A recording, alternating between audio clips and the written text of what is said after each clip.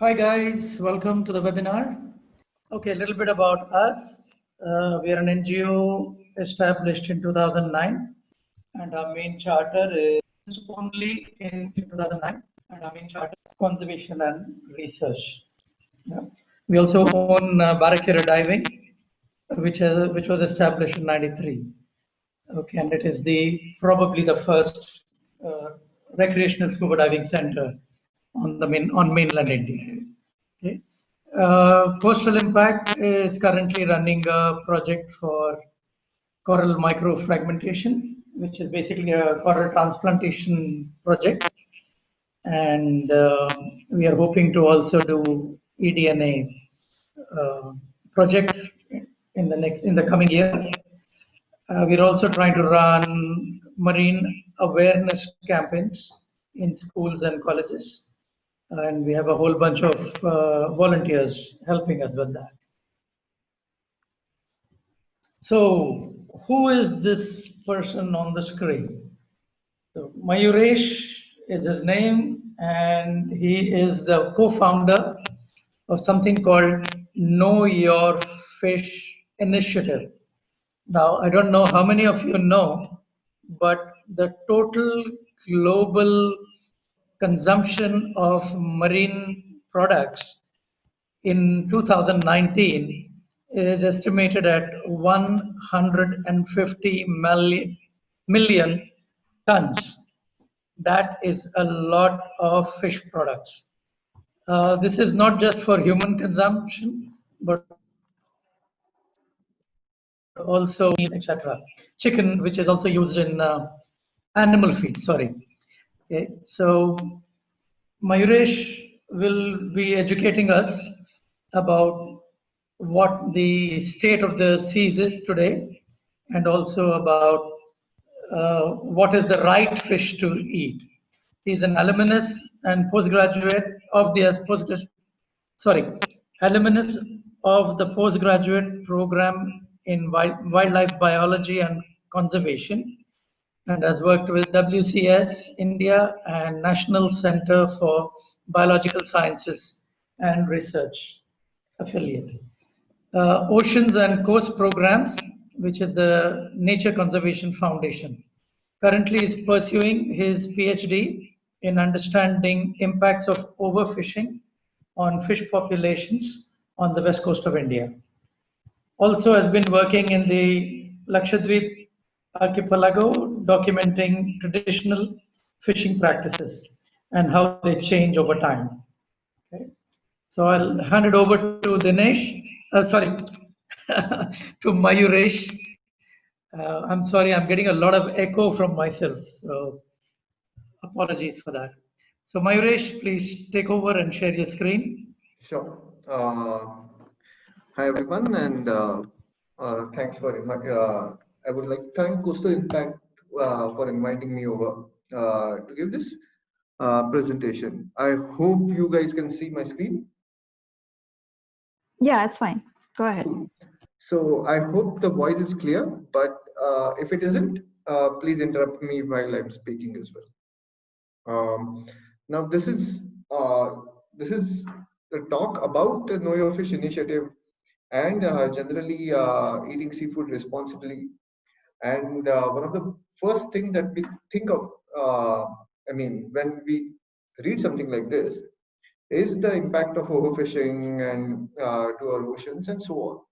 So before going into eating seafood responsibly, I would like to explain overfishing a bit. So for that, we have to think about fish's life cycle. And as we know that fish gives millions and millions of eggs, and they have their larval stage, and then they become juvenile, subadult, and adults. And at each stage, lots and lots of fish are each stage, lots and lots of fish are eaten by other fish. And so over time, see, for example, in a year, a fish population able to have an increment in a little increment like 5-10% in its own population. Now, as long as we are taking just that increment, we are just taking out what is produced extra. Suppose there are 100 fish here, and at the end of the year they have become 110. And if we are taking just 10 fish out, we still have 100 fish in the water. And this is what it's called sustainable fishing. So when there are suppose 100 fish in the water, and in a year's time they become 110, and if we are taking more than 10 fish in the water from the water, that means we end up having less fish than we had an year before. And this is what it's called as overfishing. This is the simplest definition of overfishing that we could get. And now it's a fairly established fact that overfishing is happening all over the world. India is no exception. And this is a kind of a graph, a typical graph that you would see in any of such talks. If you see on x-axis, the horizontal axis, there are years from 1950 to today, and on vertical axis they have shown the amount of total fish, which is fish stocks which are in the oceans, and what is their status. So as you can see, in 1950s, most of the stocks were underexploited. That means we were taking less than fish were reproducing in over time. And if you see today, almost all the stocks we see are either fully exploited or overexploited. When I say overexploited, fully exploited means we are taking everything in terms of increment. Overexploited means we are taking more than the increment. And crashed means that we are taking so much that the fish populations can't go back to their original 1950s population numbers. And this is a global graph, and as you can see, 32% of the fish populations have been crashed. That means it's very unlikely that they will go back to their original numbers. And mainly over harvest of fish, etc., is responsible for things like these.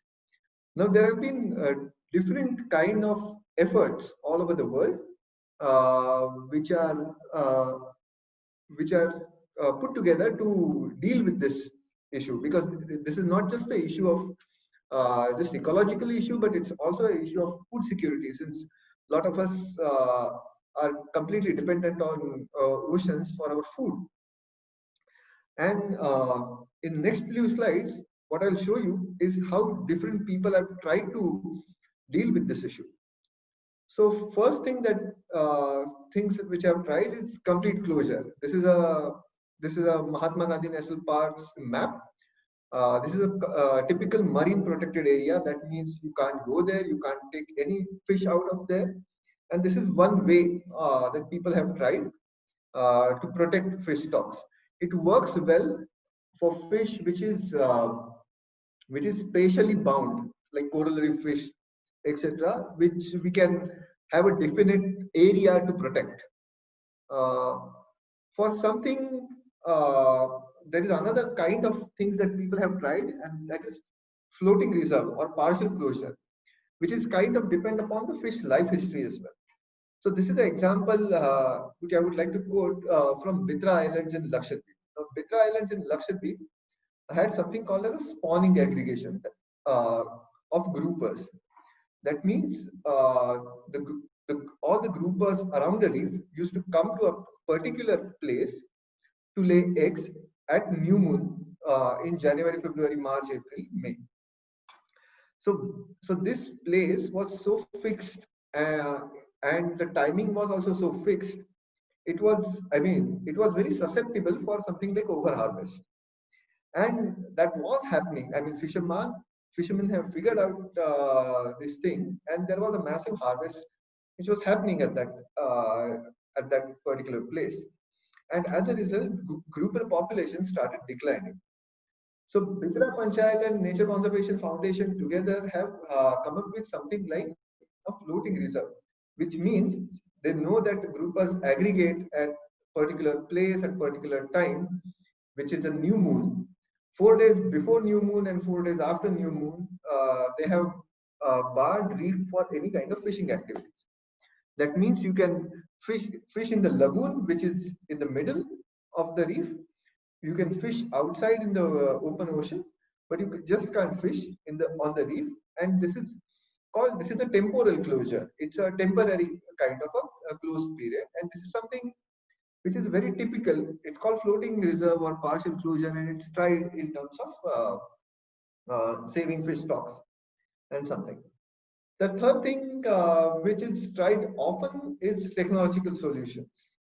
And with the changing hook size, with the changing mesh size of the nets, or something like BRD, bycatch reduction device. Here, the boat trawl owners from Kerala is kind of trying this new method called bycatch reduction device, where the unwanted fish which gets caught in a fishing net because of because of the nature of the gear itself has some way to escape. And this is different kind of solution that can be these are the different kinds of solutions which are tried. But if you look at fisheries in terms of completely economic sense, these kind of solutions like marine protected area, partial closure or temporal closures of fishing areas, or gear modifications or gear restrictions are dealing with the supply side of fisheries. That means they are basically designed to ensure that less and less fish is caught. But people have thought of different ways from the demand side as well, because basically everything is caught is for our consumption. So there is worth exploiting this niche as well in terms of dealing with the problem of overfishing. And this is something that can be very much possible in India. It was happening in other countries, but it was very much possible in India. And let me give an example.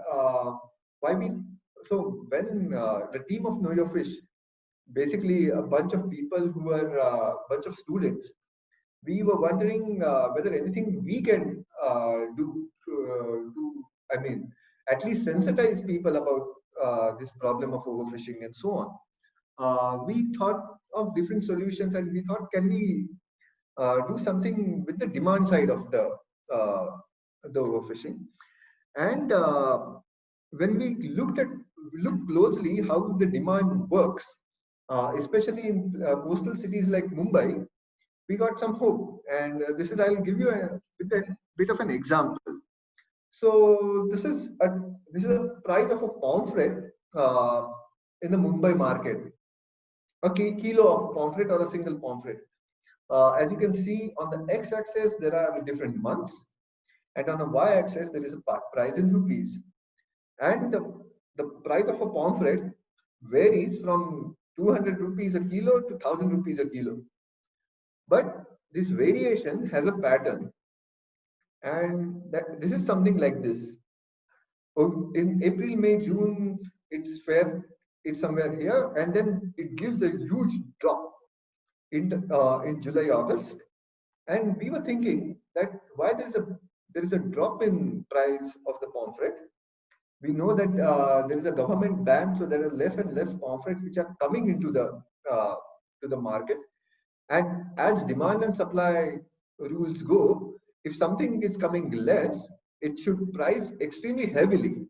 But that was not happening in Mumbai markets, especially in times of July and August. And the reason has been the month of Shravan and Ganesh festival, where most of the Hindus don't choose to eat meat. And as a result, there is a less of a demand for any fish. And as a result, the price of the fish as well falls as well. The things completely shift in a place of December, in the December when there is a Christmas and New Year. So at that time, everyone wants to just celebrate things. And as a result, the price of fish suddenly shoots up in December. We also know that some fishermen especially go for high-priced fish like pomfret, or especially target high-priced fish like pomfret during the Christmas New Year times. So what this kind of shows is consumer influence or consumer demand really influences the price of the fish. And as a result, even the catch of the fish. Because we know from the Mumbai experience that the fishermen in Mumbai were, even when the weather is fair in August and September, they would prefer to stay on the coast and not go for fishing because till Ganesh festival is over, simply the fish don't have a price. It doesn't have a demand. And it just shoots up after the Ananta Chaturdashi, and you will see in this 10 days time. Ganesh festival is starting from tomorrow, and just see observe the fish prices in those 10 days and afterwards. Even in Mumbai markets, even if you see, there is a fluctuation in terms of every day. So especially Mondays and Fridays, you see a drop in fish price. Mondays and Thursdays, because again Hindus find these days auspicious, and they don't prefer to eat meat on those days. Whereas on Saturdays and Sundays, you will find this hike in fish prices, and which is the reason why, because people have time to cook fish on Saturday and Sunday, because these are weekends. So what this means is fishermen also kind of arrange their landings, their catches, so that they can get high price and they can avoid low prices. So this Mumbai market experience kind of gives us an idea that that consumer demand actually can influence fish prices, fish landings, and maybe or subsequently fishing practices as well. So what we thought in Know Your Fish, that can we use these kind of consumer behavior to sensitize consumer, or to make help them to make more responsible choices. But this is not something that we came up on our own. There are various organizations throughout the world, like Seafood Watch, Ocean Wise, Fish to Fork, Sustainable Seafood Initiative, Fishwise, etc., which have already used this approach and trying to address overfishing issue from the demand side. However, if it has to be done for India, it has to modify to the Indian consumer. Indian consumer behavior. And these all are Western kind of ideas, and I'll show you how they differ from us. So this is the imports of fish from at US. So this is a fish that is US is importing in 2012, and just see the number of countries from where the fish is coming to US. So what it means, that the developing country like United States and Europe have a lot of imports of fish. So it makes sense for them to tag fish which are coming from the sustainably harvested places and non-sustainably harvested places, and actually brand them as sustainably caught, non-sustainably caught, and so on. Also, most of these developed countries, even the food products that they have are packaged products. So which means that they have some place to put that tag as a sustainably harvested product or something like that. And this is the kind of setup that allows them to do something like this. This is a typical typical eco tags of Seafood Watch. They have a best choice, good choice, and avoid tag. And this is based on where the fish is coming to that particular place. But this is not something which is possible in an Indian scenario. Because first of all, there are a couple of things. One is, most of the fish which is consumed in India, it's caught in India when it comes to the capture fisheries.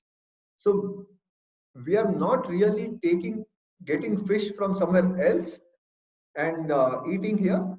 Most of the fish which we are eating here are caught in our waters itself. Second thing is, we would like to buy our fish very fresh.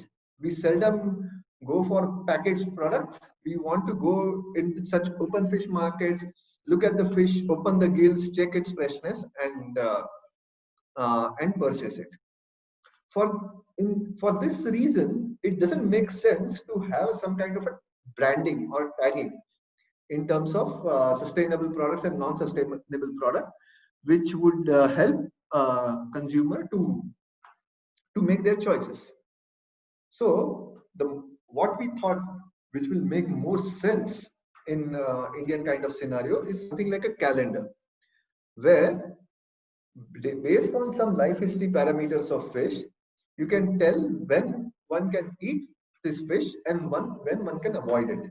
So, for example, this is Indian salmon Rawas, and this is Know Your Fish calendar, which basically tells that in months of February, March, April, May, and then December, you should avoid Indian salmon to eat. And we found that this approach is more easily adoptable. It is, and easily propagatable in Indian consumers, and that's why we put together Know Your Fish. Basically, we are a bunch of students. We put together a calendar called Know Your Fish, and this is the initiative that we started way back in 2017. Now, how we put together a calendar? For that, we have to think about the biology of the fish. And what we have to keep in mind is first, what is the most critical time when one shouldn't catch fish? Is the time when the fish is spawning, or fish is laying eggs, or it's its breeding time. Because if we catch fish during that time, there is a very less recruitment, and subsequently there are very less eggs and females available for taking forward to generation. As you can see in this schematic, most of the fish lay egg in a particular season. If fishing happens in that particular season, the eggs will die and the gravid fish also dies. As a result, there are less fish survive to lay eggs in the next generation. This is a simple thing. This is called as a recruitment overfishing.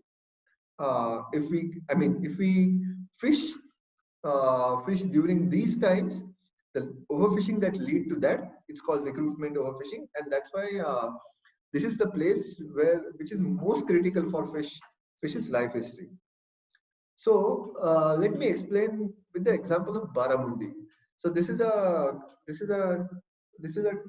fish which is very it's very famous all over coastline, west coast, Maharashtra, Goa, Karnataka, Kerala. In Goa, they call it chonak. And so this is a fish schematic here. And you can see different months: January, February, March, April, May, June, July, August, September, October, November, December. Now, when we looked at the literature from 1950s to now, whatever we know about breeding biology of chonak, we understood that October and November is the season where chonak breeds. So, of course, October and November is the time when chonak shouldn't be eaten, so that it's allowing it to breed and so on. But we have to think about one more thing: is this non-target catch and their breeding seasons. So we know for now that no fishing method that we practice today. So there are 4 main methods which are practiced today: gill netting, trawling, hook and lining, and purse seining.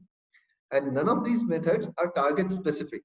Target specific means we don't only, if we are going to catch a pomfret, we don't end up catching only pomfret. We end up catching several other kind of fish.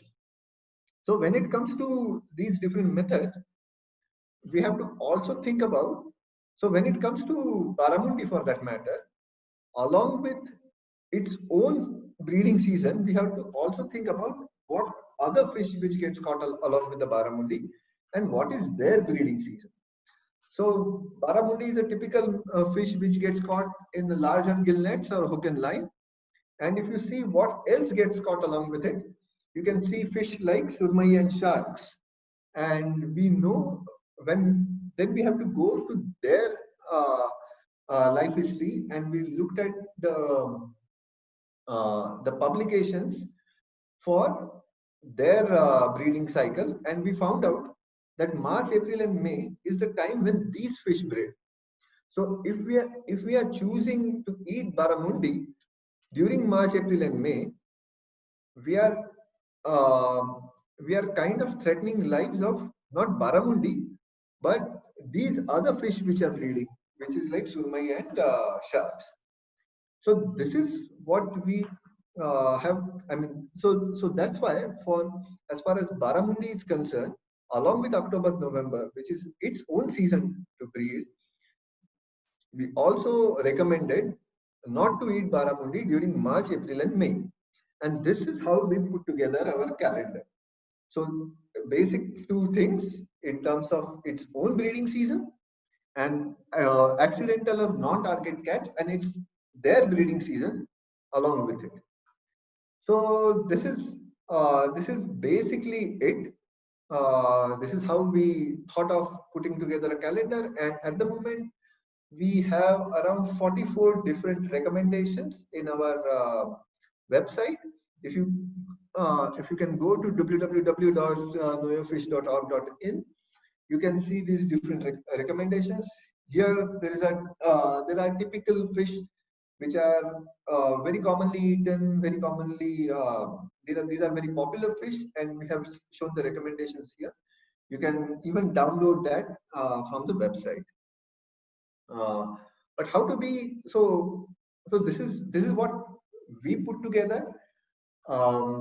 We don't know whether, I mean, how impactful this is in terms of changing the demand, but at least we have made the tools available to people. Also, it's our job as a practicing scientist or practicing biologist to make information available for people to utilize it. It's people's job, and people's will is to comes into play when it comes. I mean, when it comes to making it work.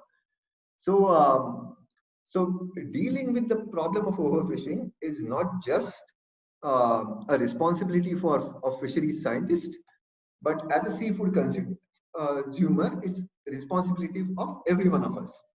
And the calendar initiative that Know Your Fish has put together is just one way to help such things. Even if, I mean, even if this calendar thing is a bit too much for you guys, I have given some 5 different, in 5 short points, how to be a responsible seafood consumer. And this is based on our own experience. First is avoid sharks and groupers. We know sharks and groupers have this typically case selective life histories, which means they breed slowly, they mature late, they live longer, and as a result, the kind of fishing pressures they have, they can't cope up in terms of producing more and more numbers to this fishing pressure. So sharks and groupers are definitely can't cope up with the kind of fishing which is happening now. And if we have to be responsible, and if we are worried about these species, we should avoid them. We should avoid, also try to minimize things like shrimps and prawns, because these crustaceans are, although they are very popular, they are very tasty, they're caught by fishing methods which are extremely destructive by trawling. And there are figures which say that even to catch 1 kg of prawn, 9 kg of other fish gets caught along with it, and most of it is thrown out of the boat. So it's really unsustainable to catch shrimps and prawns, and that's why we should try to minimize the eating of shrimps and prawns as much as possible. Eat locally. This is extremely important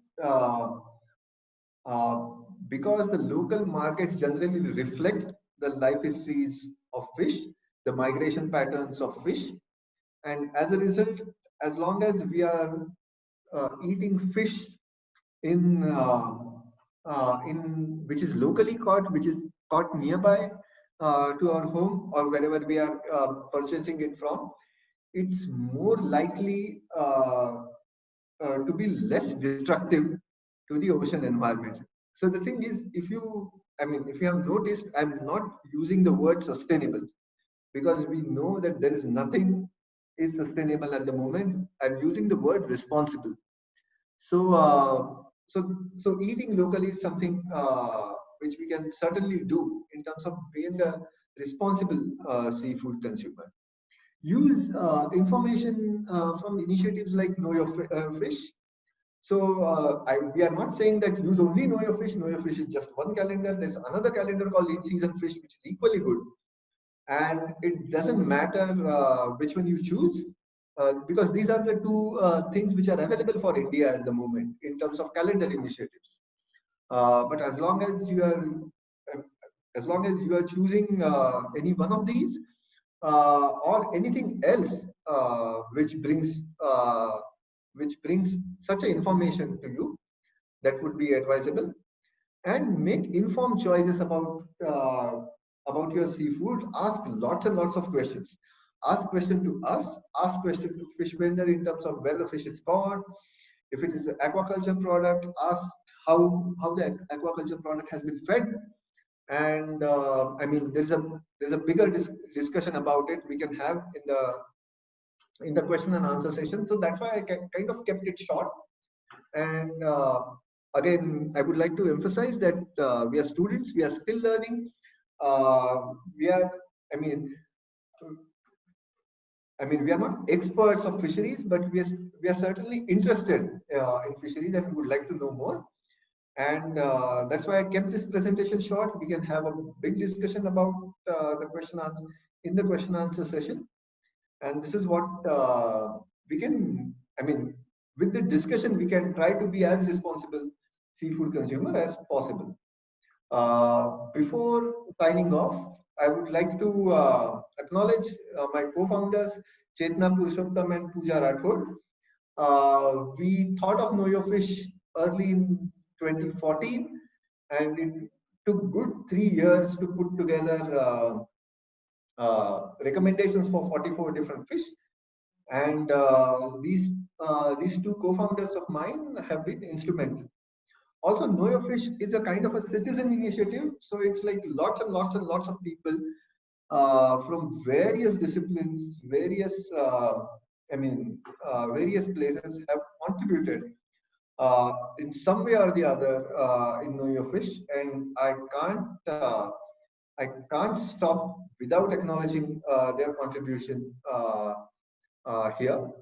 So I would again say that whenever next time you are making seafood choices, please refer to our calendar and enjoy seafood responsibly. I would like to take questions. So first question by Apurva Karlekar.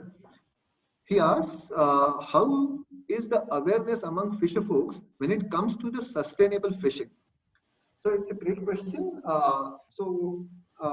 What I know from my experience with working with fisher folks is fisher folks realize that some of the practices that they are doing are harmful for the fish population. They are leading to decline in fish stocks, which means that they are harmful for their own business. But the fisheries today is in such a precarious place that almost all these fishermen, this discussion actually can go back to the fisheries policies of India and bringing up of trawling and so on. But moral of the story is, at the moment, in fisheries, you can only get in very marginal profits. So although they realize that, the kind of practices that they're fishing with is not sustainable. They don't seems to have much of a choice. I'm not saying that they don't have choice at all, because that's certainly not true. There are some gear choices, etc., that fishermen also can make, which can significantly reduce uh, the kind of impact on the fishing. But at the moment, considering considering the kind of kind of marginal profits that they are getting, and which is very difficult for them to um, uh, keep the ends meet. I don't think it's too much to expect from fishermen to adapt to what we call sustainable practices. I think it's easier for people like us to adopt because we are in a position to make choices. So I'll go ahead with further questions, and if you have any clarification, please type it as well. Second question by Siddharth. He asks, what is the status of the pisciculture in India? Does pisciculture offer sustainable alternative, at least certain species of fish and crustaceans? So, pisciculture or aquaculture is again a precarious issue. What we have is something like this. At the moment, the government is promoting aquaculture big time or pisciculture big time, but when we are growing fish in a kind of densities which are required for commercially harvestable and profitable product, we need to give this fish some kind of food, and most of that food comes from the bycatch of the trawling. So as a result, aquaculture is not actually substituting the capture fisheries as everyone would like to everyone would like to believe, but it's kind of subsidizing the capture fisheries, and it's kind of adding into a problem at the moment. However, we know that that coastal fisheries really can't handle Indian fishing demand, and we have to engage with aquaculture in some way or the other. Only thing is we have to the issue of fish meal for the aquaculture fish, use of antibiotics for the aquaculture fish, and also who gets the profits of the aquaculture industry, whether some few industrialists get the profit, or even a common fisherman also can get the profit, etc., are not trivial questions. These questions need to be addressed, and then we can think of aquaculture or pisciculture can be a kind of a solution or alternative to capture fisheries. Next, there is a question from Aditi. Are there any studies on toxic content in fish and added to the list of fish to be avoided? So the thing is, Know Your Fish is about ocean health in terms of its ecology and its and trophic levels and so on. It's a more of a ecological thing. We haven't, this question has come several times, but we haven't really looked at the health aspect of some of the fish. But whatever knowledge I have about the fish, I can tell that health risks are both in low trophic level species like anchovies and sardines, because they have lots of bacteria in them, and high trophic level species like surmai or tuna, because they have lots of heavy metal accumulation in it. So health wise, I don't know what would be the best choice, but maybe us are not people to ask this question. Then there is a question by Levina John. How can we improve target fishing? Its weight, since the home range is big. I'm not sure I understood this question. How can we improve target fishing? Maybe you would like to ask that what you mean is how can we make sure that we are only going for something and only catching that and not something else? And the short answer is it's almost impossible to catch something, only a certain fish. There are some practices like pole and line fisheries, which is developed for tuna, and which ends up catching only tuna and nothing else. But for that, we need to understand the way that practice works, and it works well because it's based on the fish life history. Most of the fish we eat, we don't even know their own life history. So it's very difficult to create very target specific kind of gears. But however, there are efforts. CIFT, Central Institute of Fisheries Technology, were experimenting with hooks, and and they have seen that lots of certain kind of hooks can avoid shark bycatch, and it's very encouraging. So things are moving in that direction, but on a larger scale, on the scale which it should happen, we really don't have any means to target and catch only what we want. There is anonymous attendee who is asking, very good presentation initiative. Are you considering the juvenile abundance of the month also in making the calendar? So this is something that we initially considered, and so there are these two. There is this kind of a debate in fisheries science itself in terms of whether it's okay to eat juveniles or not. So there is one. So there are two kinds of overfishing that one can say. One is a overfishing of an age structure, which happens because of eating of more and more juveniles, whereas there is an overfishing of recruitment, which happens when the breeding season is targeted in terms of fishing.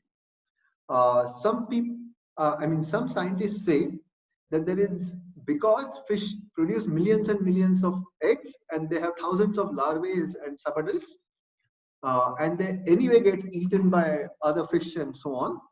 So it might be wiser even to take juveniles and eat it. So this is something which is called a balanced harvest approach.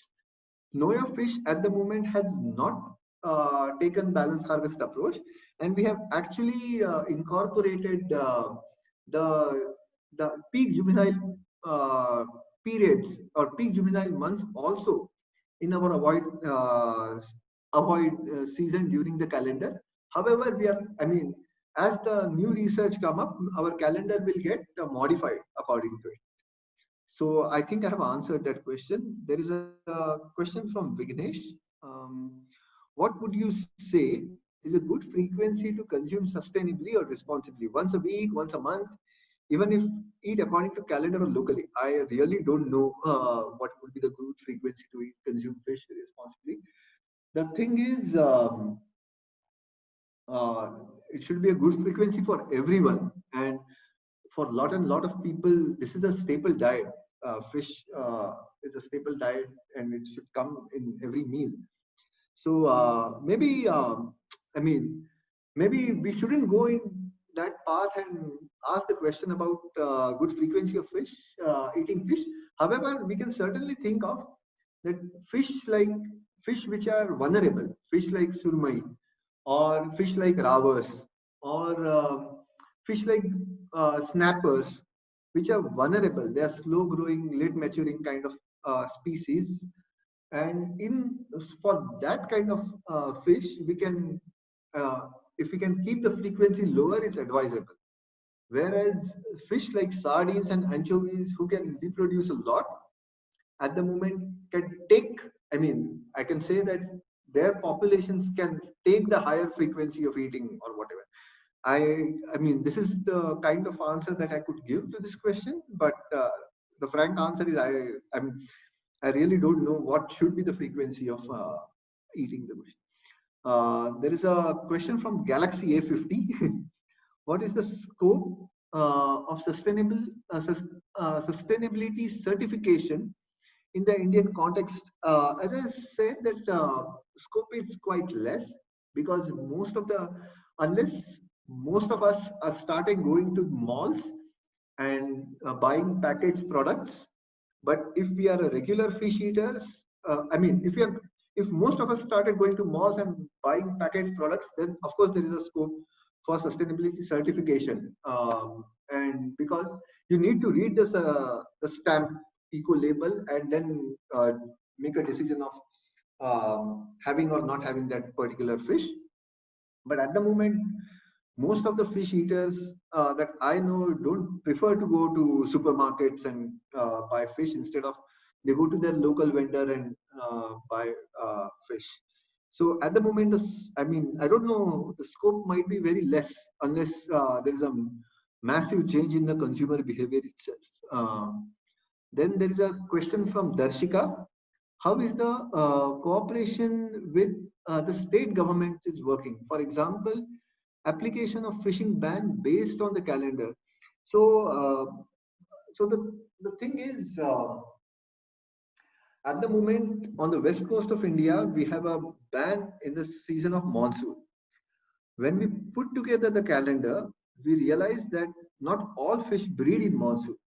So the thing is, even the monsoon ban, it's work only for some fish.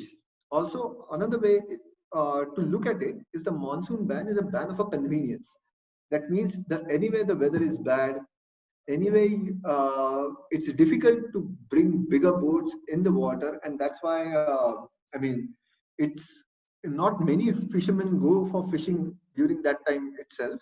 So it's convenient to have a ban in the monsoon, and also it's good for the safety of fishermen as well. I mean, you don't want people to die while going for fishing, but it might work.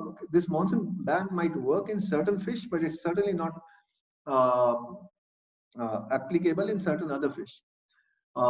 In terms of having potential seasonal bans with local governments, it's, I mean, if an exploration like Noyo fish happens, I mean, if the data exploration what Noyo fish have done in terms of breeding cycles, juvenile peaks, etc., has done on a governmental scale, on a systematic scale, then maybe there is a potential to I mean, to think about something like that. But and at the moment, I mean, institutes like CMFRI is also doing that as best of their capacities. But there is a interface between the researchers and fisheries managers, and fisheries managers also have to deal with the demand from the fishermen, etc., etc. So it's a complex issue. It's, I mean, it's not that easy as okay, April में ये gear बंद कर दो, March में ये gear बंद कर दो. ये इतना आसान नहीं है. Mayuresh, if I can interrupt you for a minute. Oh, sure, please. We have Dr. Sujita Thomas from CMFRI. Sure, sure. Who is one of please, the participants. Go ahead and. Can I request her to say a few words, because you brought up CMFRI? Absolutely, absolutely. And she's right in the forefront there. Sure. So, Sujita, can you add something to this, please? What she was asking is it possible, because different fish breed in different seasons, is it possible to have specific bans or specific restrictions based on year and season combined? Fishing seasons and gears combined. Yes. So for particular gear is banned in particular season. Is it something like that is possible? Like March, April, you only allow small gillnets and not allow certain mesh size. Also, for example, in October, November, you don't allow bottom trawling, but just allow mid-water trawling, etc. Yeah, actually, that is one of the proposal which is given by CMFRA, like having a two trawl banning seasons, like because most of the demersal fishes are breeding during November, December, and so we have proposed a thing like two banning seasons, like two separate. Now it is like continuously it is being banned.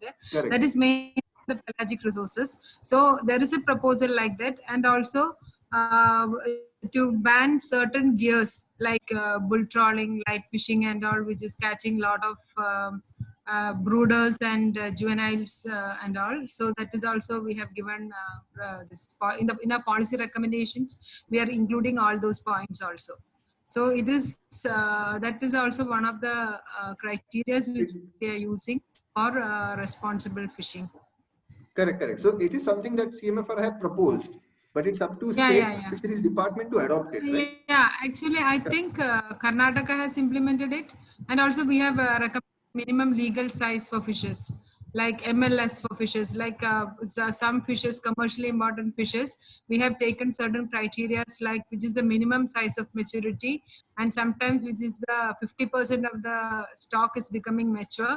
And we have given a list of species which for which MLS is being implemented. So it is already implemented in Kerala and in Karnataka and all the other coastal states. It's now that proposal is there. Now the government has already implemented in all these states. Correct. So that is also one doing responsible fishing. Minimum legal size. Cool, cool. So below that size, they cannot fish. Actually, we have to, when there is a demand, it is very difficult for conservation. Yeah, minimum legal size, we have recommended for almost all the commercial species. We have, we did the biological studies and we have come out with the minimum legal size, which can be fished from the waters. First, it was implemented in Kerala, and now Karnataka has also given a notification to all the fishermen that fishes below one certain size cannot be fished. So that is how we are trying to make it a responsible fishing. So that recommendation CMFR only gave to the state departments. But I think, Sujita, I think everybody needs to be on board with this, right? I mean, at the end of the day, if let's say one state agrees to it and two others don't agree to it, it becomes a big problem anyway. Yeah, that's what, but I think it will be coming in course of time because now there is no other go than implementing it. Because that is a situation.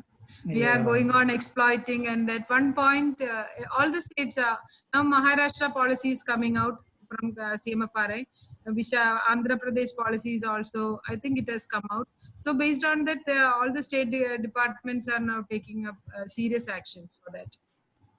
Yeah, I mean, I'm adding to it that I mean, it's a complex governance issue in terms of CMFRI is a body which does a research and give recommendations.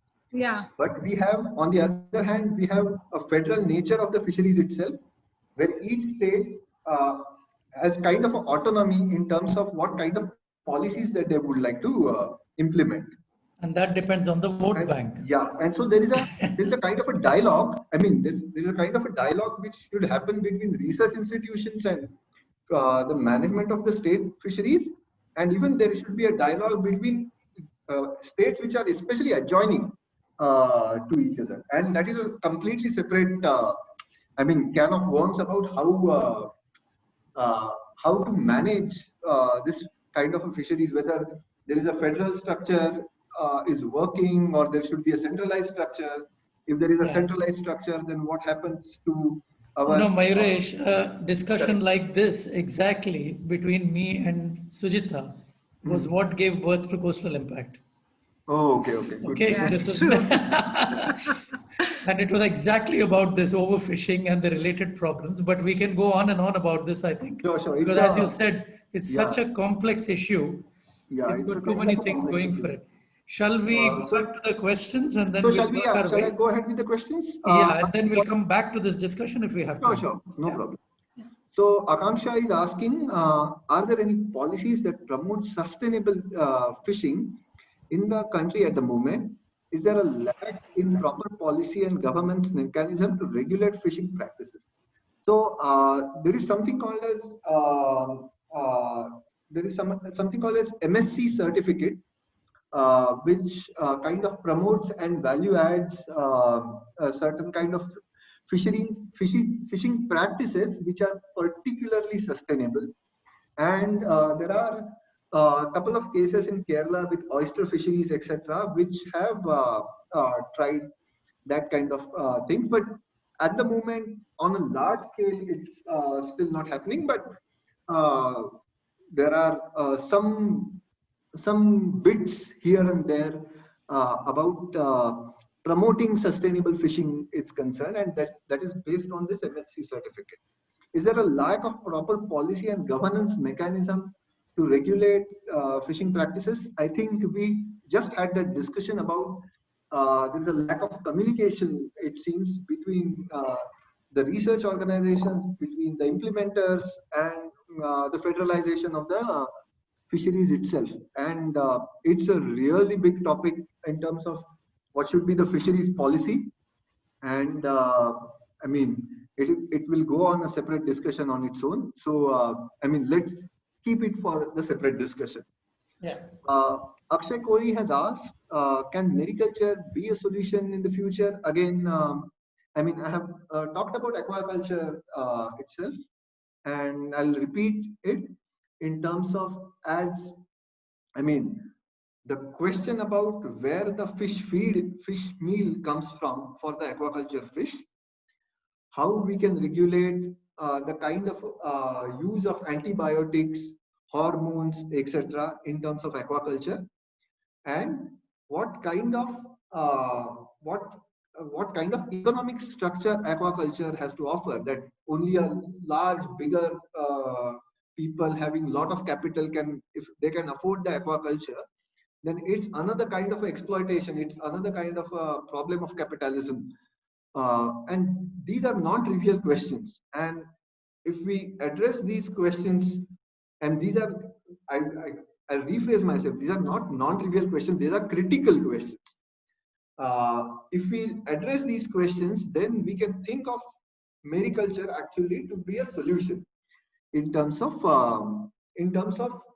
taking some load of capture fishery, actually taking some load of capture fisheries. At the moment, aquaculture would like to believe that they are taking some load of capture fisheries, but it's certainly not true.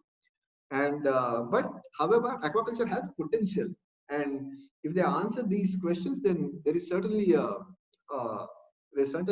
potential to do this. Anita George has asked a question. I will be great if you can tie up with NIO and CMFRI scientists to get more details on the fish spawning time. Yes, of course, we would love to do that. In fact, most of the data which is coming from YoYoFish has used is CMFRI ePrint data, which CMFRI has put in the public domain. And I mean, we are grateful to CMFRI for that, basically. But yeah, I mean, Mayuresh, Anita is actually working with the NIO. So I will pass on her contact details to you privately in a private message. Absolutely. So you can connect with her and get all the information. Yeah, we would love to, I mean, collaborate with anyone who wish to collaborate. Yeah. Basically. And also, I've always found Sujita to be very, very helpful. So perhaps I can, with her permission, connect you guys as well, and it will help. Yeah. Sandeep has asked a question. Could you please elaborate on the bycatch reduction device and how the technology works? So, so think about, I mean, it's difficult to explain without showing any pictures or any kind of a video. But bycatch reduction device is a device which is designed for trawl fisheries. Basically, it's a small window at the end of the trawl net, and when the net is pulled, there is a backflow of the water, which, I mean, from where the small fish can escape. But I mean, it's difficult for me to I mean, speak it out like that. I don't know whether it will make sense, but if you actually Google how bycatch reduction device works, there are very nice videos available, and they will take you. Another anonymous attendee is asking question: fishermen are not the economically backward communities of India. Are one of the economically backward communities of India. Isn't it hard to educate them about sustainable fishing, as it affects their economic bottom lines? Definitely, they realize it, and I mean, however, it's like this: if there is if you have been given a gear which costs 10 rupees, Okay, and also, sorry, I'll rephrase myself. If you have been given a gear which cost 10,000 rupees, and you go every day with that gear and catch fish, which basically gets only 300 and 400 rupees for you every day, which from which you have to pay for fuel, you have to pay for other workers, and then whatever remains is of yours. I'm just giving you an example.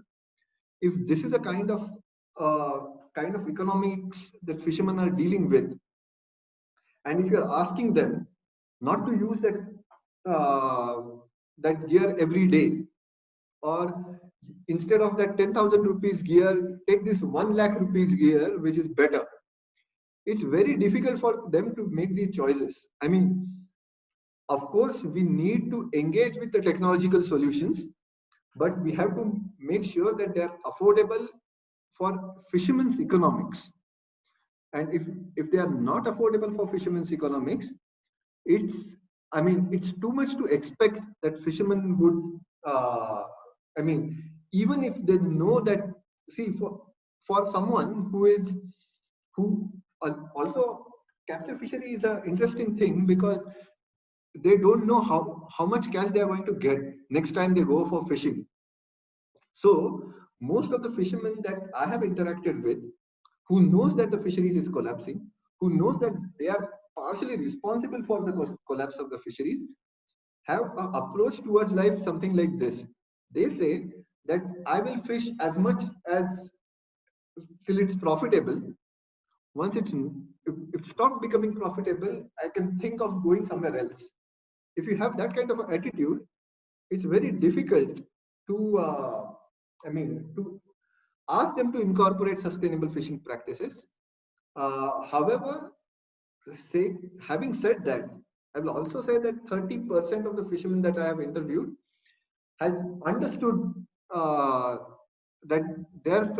their fishing practices are destructive to oceans and ecosystems and fish and their own livelihood, and they are willing to engage with something else if it is economical. So basically, we have to make sure that it's economical.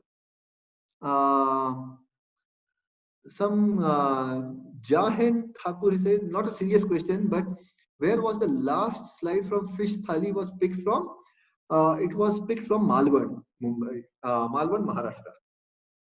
Abdul Aziz Ahmed asks, what is the solution for fishes that are getting exported? What is the solution for fishes that are getting exported? Even we are,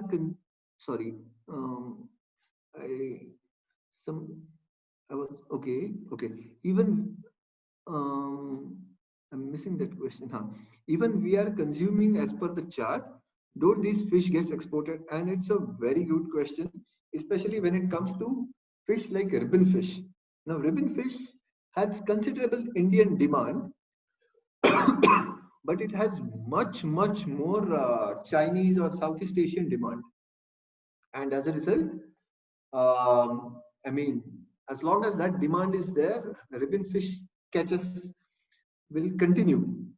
And it's a difficult choice for us. However, what we can, ribbon fish is just one example when most of the catches are going outside. Maybe squids or cuttlefish might be another examples, but to be fortunate, we don't have that many examples. That means that lots of fish which is getting outside is also consumed in India. Like it's almost like 50-50. And in that kind of situation, even what we do here would make sense. Sandeep asks again, as a restaurateur, what are some steps apart from what you have mentioned to educate our guests to sustainable fishing practices and sensitize them to the approach? Because at the end of the day, most people focus on price point, preference, and then the environment. So So couple of things that I know that other restaurant owners have tried it. One is using our calendar, of course. Second thing is they are trying to buy fish from the local fishermen, so as much as possible, so that I mean, automatically the fish which are which are abundant at that time are available.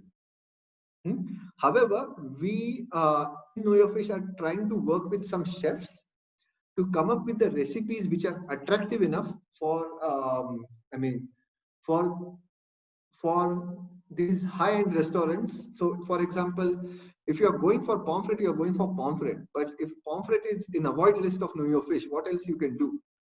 Maybe you can have some other fish which is not that bad to eat during that time, and you can cook same thing with it. And this is where we are at the moment trying with some chefs. If we get some success, we'll definitely contact. We'll definitely publicize it.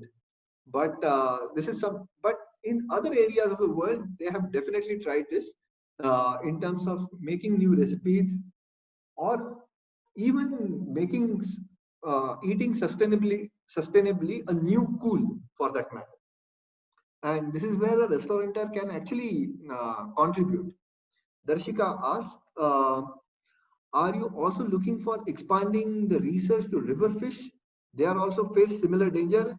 Darshika, river fish are not facing similar danger. They are facing much greater danger. And the freshwater fisheries is in even worse condition compared to the captured marine fisheries.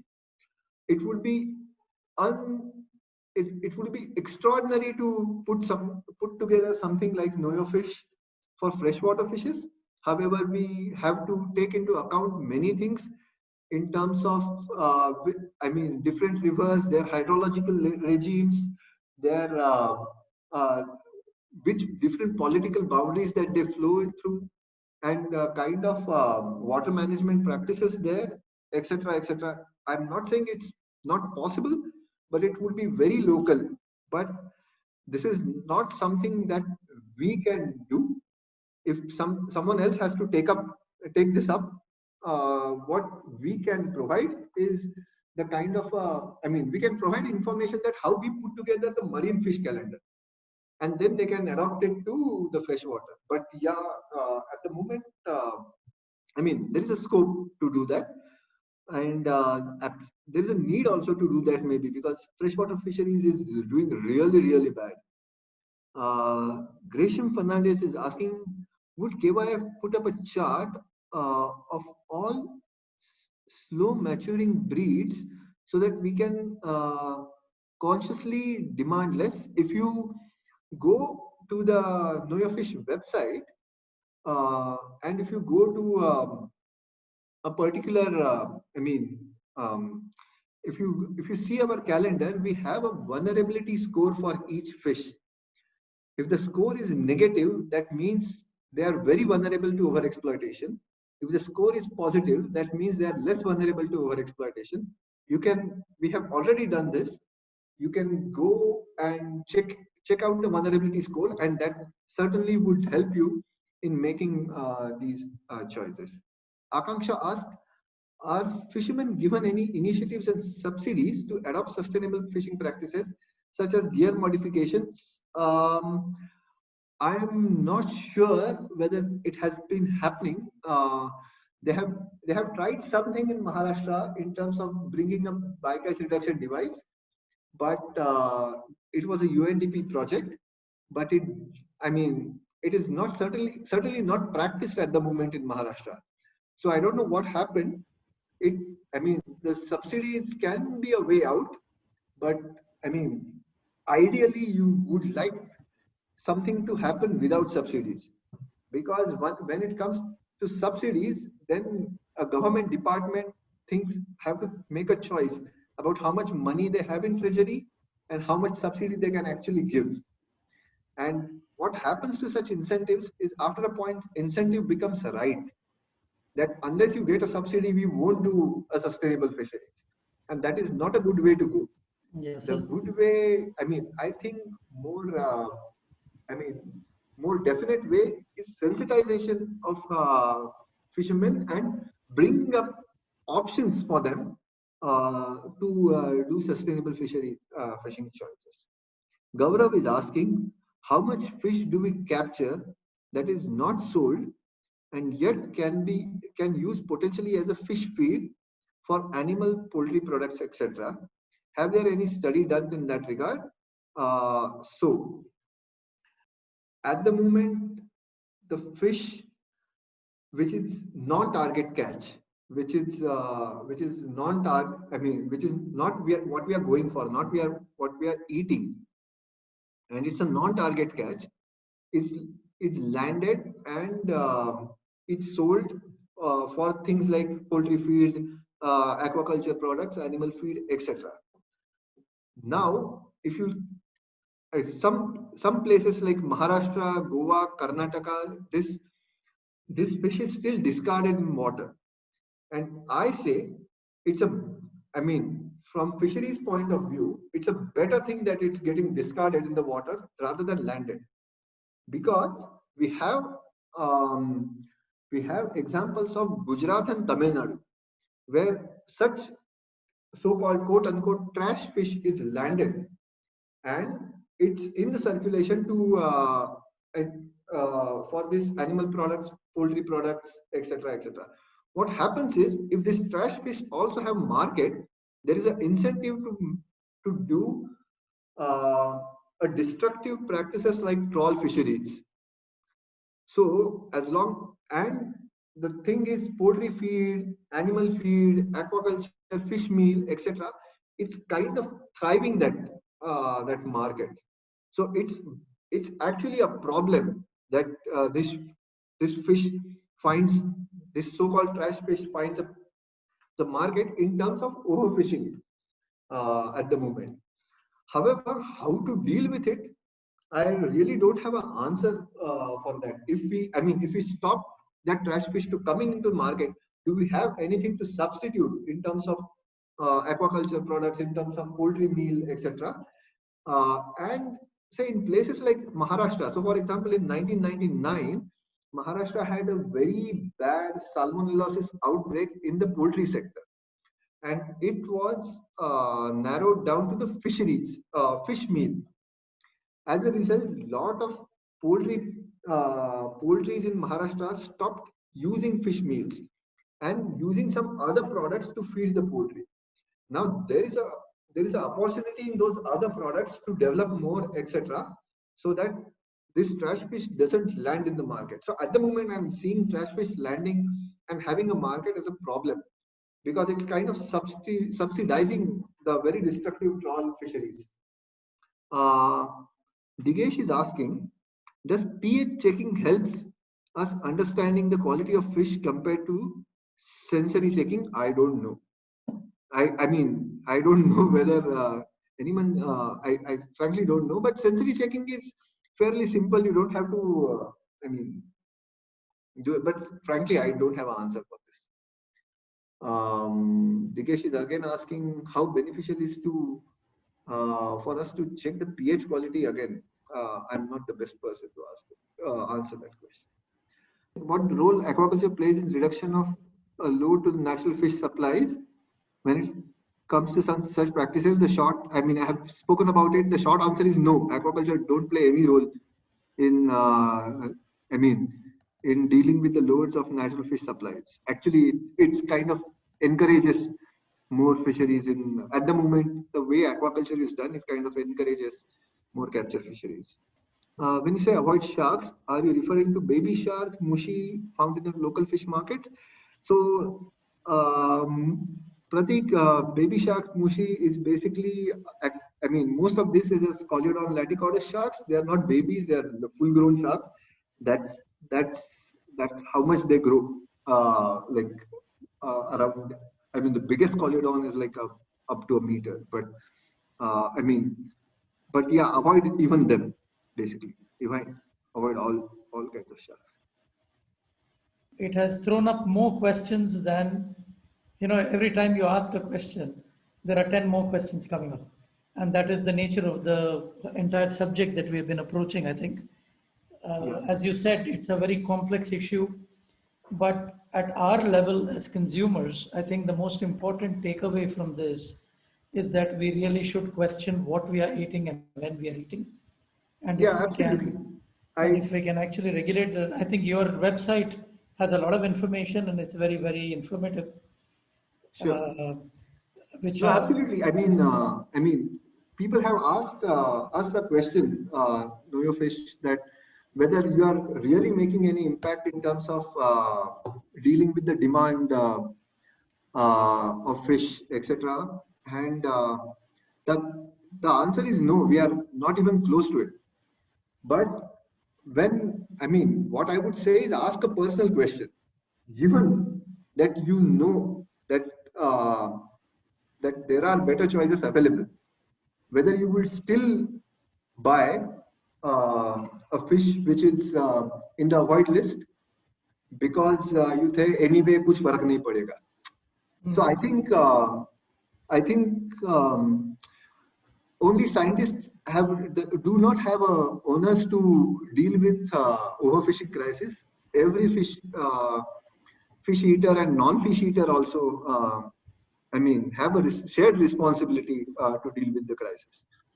What we have done is we have made the information available, and now it's up to the larger society whether to decide whether something like this can be success or not.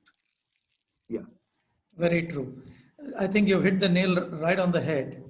You know, in most of the issues, we are depending on the government or the organizations to do what is required. But actually, it boils down to every individual, and we all collectively can actually make a difference. So, thank you so much, Mayuresh.